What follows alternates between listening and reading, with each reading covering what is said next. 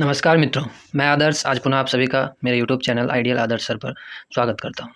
जैसा कि आप देखते हैं, हम एनसीईआरटी समरी का एक सीरीज की निरंतर चला रहे हैं, जिसमें हम अध्यायवार सारांश को पढ़ते हैं तथा मुख्य शब्द में से कुछ बिंदुओं को विस्तारपूर्वक भी अध्ययन करते हैं। तो उसी कड़ी में आज विज्ञान कक्षा 8 का अध्याय 2 सूक्ष्मजीव मित्र एवं शत्रु के सारांश को हम लोग पढ़ेंगे। कल हमने अध्याय 1 फसल उत्पादन एवं प्रबंध को पढ़ा था। आज अध्याय 2 सूक्ष्मजीव मित्र एवं शत्रु को पढ़ेंगे। तो चलिए बिना लेट किए हम पहुँचते हैं सीधे अध्याय 2 पर। तो देखिए मित्रों, यह है अध्याय 2 सूक्ष्मजीव मित्र एवं शत्रु, और ये रहा इस अध्याय में दिया गया सारांश और इसके साथ दिया हुआ प्रमुख शब्द। तो चलिए पहले प्रमुख शब्द को पढ़ लेते हैं। प्रमुख शब्द में दिया गया है शैवाल, प्रतिजैविक, प्रतिरक्षी, जीवाणु, वाहक, संक्रामक रोग, किण्वन, कवक, लैक्टोबैसिलस, सूक्ष्मजीव, नाइट्रोजन चक्र, नाइट्रोजन स्थिरीकरण, पाश्चरीकरण, रोगजनक, परिरक्षण, प्रोटोजोआ, राइजोबियम, टीका, वैक्सीन, विषाणु, यीस्ट, खमीर, जिसे यीस्ट को हम खमीर भी कहते हैं। तो चलिए आपने क्या सीखा करके इसमें समरी में कुछ लाइनें वन लाइनर दिए गए हैं, जिसे हम पढ़ेंगे और समझेंगे। तो चलिए शुरू करते हैं।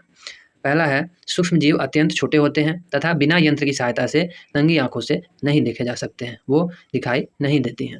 यह बर्फीले शीत मौसम से उष्ण झरनों तथा मरुस्थल से दलदल तक हर प्रकार के पर्यावरण में जीवित रह सकते हैं। सूक्ष्मजीव वायु, जल, मिट्टी, पौधों एवं जंतुओं के शरीर में पाए जाते हैं। ये एक कोशिकीय एवं बहुकोशिकीय भी होते हैं। कोई एक कोशिक होते हैं, कोई बहुकोशिक होते हैं, यानी कुछ सूक्ष्मजीव यूनिसेलुलर होते हैं और कुछ मल्टीसेलुलर होते हैं।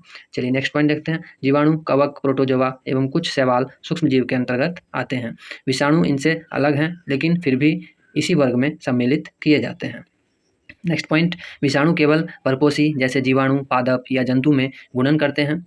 कुछ सूक्ष्मजीव औषधि एवं अल्कोहल वाणिज्यिक उत्पादन में उपयोगी हैं, मतलब वाणिज्यिक उत्पादन में उसका उपयोग किया जाता है। कुछ सूक्ष्मजीव जैविक कचरे जैसे कि मृत पौधे एवं जंतु अपशिष्ट को अपघटित कर सरल पदार्थों में परिवर्तित कर देते हैं तथा वातावरण को स्वच्छ बनाते हैं। प्रोटोजोआ अतिसार तथा मलेरिया जैसे रोग उत्पन्न करते हैं। ये सभी रोग जो होते हैं वो सूक्ष्मजीव से ही होते हैं। कुछ सूक्ष्मजीव हमारे भोजन को विषाक्त कर देते हैं, जहरीला बना देते हैं। अगर भोजन में वो सूक्ष्मजीव आ जाए तो भोजन जो होता है वो विषाक्त हो जाता है। कुछ सूक्ष्मजीव लेग्यूम पौधों की जड़ों तथा ग्रंथिकाओं में पाए जाते हैं। ये वायुमंडलीय नाइट्रोजन को मिट्टी में स्थिरीकृत कर देते हैं, जिससे मिट्टी की उर्वरता में वृद्धि होती है। मिट्टी में उपस्थित कुछ जीवाणु और नीले हरे शैवाल वायुमंडलीय नाइट्रोजन को स्थिरीकृत कर नाइट्रोजनी यौगिकों में परिवर्तित कर देते हैं। लास्ट पॉइंट, विशेष जीवाणु मिट्टी में उपस्थित नाइट्रोजनी यौगिकों को नाइट्रोजन गैस में परिवर्तित कर देते हैं, जिसका निर्मोचन वायुमंडल में हो जाता है। तो देखा मित्रों, आपने अध्याय 2 का हमने सारांश को जो वन लाइनर के फॉर्म में यहाँ पे दिया गया था, इसे हमने पढ़ा। मैं आशा करता हूँ कि इसमें से प्रत्येक बिंदु आप लोग समझ चुके होंगे। तो चलिए अब मुख्य शब्द में से कुछ शब्दों को लेते हैं और उसे अध्याय के अंदर विस्तारपूर्वक पढ़ने का प्रयत्न करते हैं। देखिए मित्रों, यहाँ लिखा गया है, क्या लिखा गया है? तो सूक्ष्म जीव को 4 मुख्य वर्गों में बांटा गया है। कौन कौन से वर्ग हैं वो 4? वो हैं जीवाणु, कवक, प्रोटोजोआ एवं कुछ शैवाल। तो जीवाणु, शैवाल, प्रोटोजोआ एवं कवक के कुछ सामान्य सूक्ष्मजीव चित्र 2.1 से लेकर 2.4 में दर्शाए गए हैं। तो चलिए मैं भी आपको दिखाता हूँ जो ये कैसे होते हैं, जीवाणु, कवक, प्रोटोजोआ और शैवाल। देखिए एनसीईआरटी में चित्रों का बहुत प्रयोग किया गया है। चित्रों के माध्यम से बच्चों को समझाने का प्रयास किया गया है। देखिए यहाँ चित्र 2.1 में जीवाणु के 2 तरह के जीवाणु को दिखाया गया है। एक है स्पाइरल जीवाणु जो स्पाइरल फॉर्म में होता है, और एक छड़नुमा जीवाणु जो एक छड़ की तरह सीधे सीधे दिखाई पड़ते हैं। इनको जैसे ये दिखाई देते हैं उसी प्रकार से इनका नाम पड़ा है। और ये सभी जो आप देखेंगे तो इसे सूक्ष्मदर्शी से माइक्रोस्कोप से देखना पड़ता है। देखिए चित्र 2.2 में शैवाल को दिखाया गया है। इसमें भी 2 प्रकार का शैवाल दिखाया गया है। एक है क्लेमाइडोमोनास और एक है स्पाइरोगाइरा। स्पाइरोगाइरा इस टाइप का होता है और क्लेमाइडोमोनास इस टाइप का होता है। जब आप सूक्ष्मदर्शी से लैब में देखेंगे तब आपको ये ऐसा आकृति देखने को मिलेगा। देखिए चित्र 2.3 में प्रोटोजोआ दिखाया गया है। इस प्रोटोजोआ का भी 2 टाइप दिखाया है, एक अमीबा और एक पैरामीशियम। फिर लास्ट में चित्र 2.4 में कवक फंगी को दिखाया गया है। एक है राइजोपस, ब्रेड मोल्ड और पेनिसिलियम और एस्परजिलस। 3 तरह के कवक इसमें दिखाए गए हैं। उसके बाद यहाँ पर 2 चित्र और दिखाया गया है, चित्र 2.5 करके, जिसे बोला जाता है विषाणु। 2 तरह के विषाणु यहाँ पर दिखाए गए हैं। चलिए अब सूक्ष्मजीव कहाँ रहते हैं उसे पढ़ते हैं और समझते हैं। सूक्ष्मजीव एक कोशिक हो सकते हैं जैसे कि जीवाणु, कुछ शैवाल एवं प्रोटोजोआ, अथवा बहुकोशिक जैसे कि कई शैवाल एवं कवक। मतलब शैवाल और कवक जो होते हैं वो मल्टीसेलुलर होते हैं, और प्रोटोजोआ जो होते हैं और कुछ शैवाल ऐसे भी होते हैं, और जीवाणु जो यूनिसेलुलर होते हैं। चलिए आगे पढ़ते हैं। यह बर्फीली शीत से उष्ण गर्म स्रोतों तक हर प्रकार की परिस्थिति में जीवित रह सकते हैं। यह मरुस्थल एवं दलदल में भी पाए जाते हैं। यह मनुष्य सहित सभी जंतुओं के शरीर के अंदर भी पाए जाते हैं। कुछ सूक्ष्मजीव दूसरे सजीवों पर आश्रित होते हैं, जबकि कुछ अन्य स्वतंत्र रूप से इंडिपेंडेंट रूप से पाए जाते हैं। अमीबा जैसा सूक्ष्मजीव अकेले रह सकता है, जबकि कवक एवं जीवाणु समूह में ग्रुप में रहते हैं।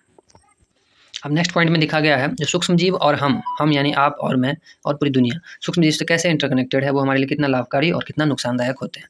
तो चलिए इसे पढ़ते हैं। सूक्ष्मजीवों की हमारे जीवन में महत्वपूर्ण भूमिका है। इनमें से कुछ हमारे लिए लाभदायक हैं तथा कुछ अन्य हानिकारक भी हैं, तथा जीवों में रोग के कारक यही होते हैं। आइए हम विस्तार से इसका अध्ययन करें। चलिए आगे पढ़ते हैं। मित्रवत सूक्ष्मजीव। कुछ सूक्ष्मजीव जो होते हैं मित्रवत होते हैं, फ्रेंडली होते हैं। उनके बारे में क्या लिखा है? सूक्ष्मजीव विभिन्न कार्यों में उपयोग किए जाते हैं। इनका उपयोग दही, ब्रेड और केक बनाने में भी किया जाता है। दही जो बनता है उसमें भी सूक्ष्मजीव होते हैं, तभी वह दही जमता है। यहाँ हाईलाइट करके क्या लिखा हुआ है? प्राचीन काल से ही सूक्ष्मजीवों का उपयोग अल्कोहल बनाने में किया जाता है। अल्कोहल आप लोग समझ रहे होंगे ये किसे कहा जाता है। चलिए आगे पढ़ते हैं। पर्यावरण को स्वच्छ रखने के लिए भी इनका उपयोग किया जाता है। उदाहरण के लिए कार्बनिक अवशिष्ट सब्जियों के छिलके, जंतु अवशेष, विष्ठा इत्यादि का अपघटन जीवाणुओं द्वारा ही किया जाता है तथा हानि रहित पदार्थ बनते हैं। स्मरण कीजिए, जीवाणुओं का उपयोग औषधि उत्पादन एवं कृषि में मृदा की उर्वरता में वृद्धि करने में भी किया जाता है, जिसे हम नाइट्रोजन स्थिरीकरण कहते हैं, जिससे नाइट्रोजन स्थिरीकरण होता है। देखिए, कभी आप बूझों से कभी आप पहेली से बराबर ही रूबरू होते रहते हैं। एनसीईआरटी की ये सबसे बड़ी खासियत है। अब देखिए तो पहेली क्या कह रही है, चलिए पढ़ते हैं। हमने अपनी माँ को गर्म गुनगुने दूध में थोड़ा सा दही मिलाते हुए देखा है, जिससे दही जम जाता था। इस यह देखकर इसको पहेली को आश्चर्य होता था। जब हम भी बच्चे थे तो हमें भी ऐसा आश्चर्य जरूर हुआ होगा। तो आज आप समझ गए होंगे कि कैसे दही जम जाता था, क्योंकि दही में सूक्ष्मजीव रहते थे और उसी कारण से दही जो है वो जमता था। आगे यहाँ विस्तारपूर्वक बताया भी गया है। दही में अनेक सूक्ष्मजीव पाए जाते हैं, जिनमें लैक्टोबैसिलस नामक जीवाणु प्रमुख है। मुख्य रूप से लैक्टोबैसिलस पाया जाता है, जिसके कारण दही जमता है, जो दूध को दही में परिवर्तित कर देता है। वह दूध में जनन कर उसे दही में परिवर्तित कर देते हैं। जीवाणु पनीर, चीज़ जिसे कहते हैं, अचार एवं अनेक खाद्य पदार्थों के उत्पादन में सहायक है। रवा, सूजी, इडली एवं भटूरे का एक महत्वपूर्ण संघटक दही है। क्या आप अनुमान लगा सकते हैं कि ऐसा क्यों है? अगर आप लगा सकते हैं तो कमेंट बॉक्स में बताएं। जीवाणु एवं यीस्ट चावल के आटे के किण्वन में सहायक होते हैं, जिससे इडली एवं डोसा बनता है। मैं आशा करता हूँ कि आप लोग ने भी इडली डोसा खाया होगा। देखिए, सारणी 2.2 में सूक्ष्मजीवों द्वारा पौधे में होने वाले कुछ सामान्य रोग बताए गए हैं। पादप रोग हैं, जो पौधे में जो रोग होते हैं उसका नाम है। किस सूक्ष्मजीव से होते हैं वो यहाँ लिखा है, और संचरण का तरीका कौन सा है वो यहाँ बताया, मतलब वो कैसे फैलते हैं, किसके माध्यम से फैलते हैं वो यहाँ बताया गया है। तो नींबू कैंकर एक रोग का नाम है, जो जीवाणुओं से फैलते हैं और वायु के माध्यम से इसका संचरण प्रसार होता है। गेहूँ का रस्ट जो होता है ये रोग है, गेहूँ में होता है, और ये किस लिए कौन जीव से होता है? तो ये कवक से होता है, और इसका संचरण का क्या माध्यम है? तो वायु एवं बीज। भिंडी की पीत, जो भिंडी में रोग होता है, वो किस कारण से होता है, किस सूक्ष्मजीव से होता है? तो वायरस से होता है, और उसका संचरण का जो तरीका है वो कीट के माध्यम से संचरित होता है। एक और टेबल यहाँ दिखाया गया है सारणी 2.1 में, मनुष्य में सूक्ष्म जीवों द्वारा होने वाले सामान्य रोग। यहाँ रोग के नाम दिए गए हैं, ये सारे रोग के नाम हैं। ये रोग कारक सूक्ष्मजीव हैं, किस सूक्ष्मजीव से ये होते हैं यहाँ दिया गया है। कुछ जीवाणु से होते हैं, कुछ वायरस से होते हैं, कुछ प्रोटोजोआ से होते हैं। और ये संचरण का तरीका, मतलब वो फैलते कैसे हैं, वो उनका प्रसार किस मीडियम में, किस माध्यम में होता है। और यहाँ बचाव के उपाय भी दिए गए हैं। तो चलिए इसे फटाफट पढ़ते हैं और वीडियो को खत्म करते हैं। सबसे पहले है क्षय रोग। क्षय रोग जीवाणुओं के द्वारा होता है और यह वायु से फैलता है। उसके बाद खसरा, जिसे मीजल्स कहते हैं, यह वायरस से फैलता है, वायरस से होता है और वायु के माध्यम से यह संचरण इसका होता है। उसके बाद chicken pox. Chicken pox virus से होता है और वायु के सीधे संपर्क में आने से यह डिजीज जो है इसका संचरण होता है। उसके बाद पोलियो है, पोलियो भी वायरस से होता है और वायु और जल के माध्यम से इसका संचरण होता है। उसके बाद आया हैजा। हैजा जीवाणु से होता है। हैजा और टाइफाइड दोनों जो होते हैं वो जीवाणु सूक्ष्मजीव के कारण होते हैं और इसका संचरण जल भोजन के माध्यम से फैलता है। उसके बाद हेपेटाइटिस ए, ये वायरस से होता है और इसका संचरण जल के माध्यम से होता है। मलेरिया प्रोटोजोआ सूक्ष्मजीव के कारण से होता है और यह जो फैलता है इसका जो संचरण होता है ये मच्छर जो होते हैं वो उसके माध्यम से होता है। अब ये क्षय रोग, खसरा, चिकन पॉक्स और पोलियो, इसका जो बचाव का उपाय है वो यहाँ दिया गया है। चलिए पढ़ते हैं। रोगी व्यक्ति को पूरी तरह से अन्य व्यक्तियों से एकदम अलग करके रखना है, आइसोलेट करके रखना है। रोगी की व्यक्तिगत वस्तुओं को अलग रखना है और उसका खाने पीने का सामान सब है उसको अलग करके रखना है, यानी उसको आइसोलेट करके रखना है। उचित समय पर उसका टीकाकरण करवाना है। मतलब ये चारों पांचों जो रोग हैं, क्षय रोग, खसरा, चिकन पॉक्स और पोलियो, इससे बचाने के यही मुख्य रूप से उपाय है। उसके बाद हैजा और टाइफाइड अगर किसी को हुआ है तो उसके बचाव के क्या उपाय हैं? व्यक्तिगत स्वच्छता एवं अच्छी आदतों को अपनाना। उसका जो पर्सनल जो है उसमें साफ सफाई रखना है और अच्छी आदतों को अपनाना है और भली भांति पके हुए भोजन को करना है। उबला पेयजल, गर्म जल पीना है और उसका टीकाकरण जो होता है वो करवाना है। फिर हेपेटाइटिस ए अगर किसी को हो गया है तो उसका क्या बचाव का उपाय है?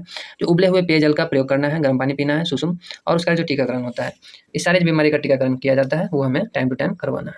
उसके बाद अगर मलेरिया हो गया है तो उसका क्या उपाय है? मलेरिया तो मच्छर से ही होता है, तो सबसे पहले तो मच्छरदानी का प्रयोग करना है और मच्छर भगाने वाले रसायन का प्रयोग करना है। कुछ लोग ऑल आउट जलाते हैं, कुछ लोग मच्छरदानी लगा के मच्छर से बचाव करते हैं और कीटनाशक का छिड़काव अपने घर के अगल-बगल करते रहना है, साफ-सफाई रखना है और मच्छर के प्रजनन को रोकना है। मतलब मच्छर से मच्छर जो है बढ़े नहीं, मच्छर बढ़ेंगे तो वो बीमारी फैलाएँगे।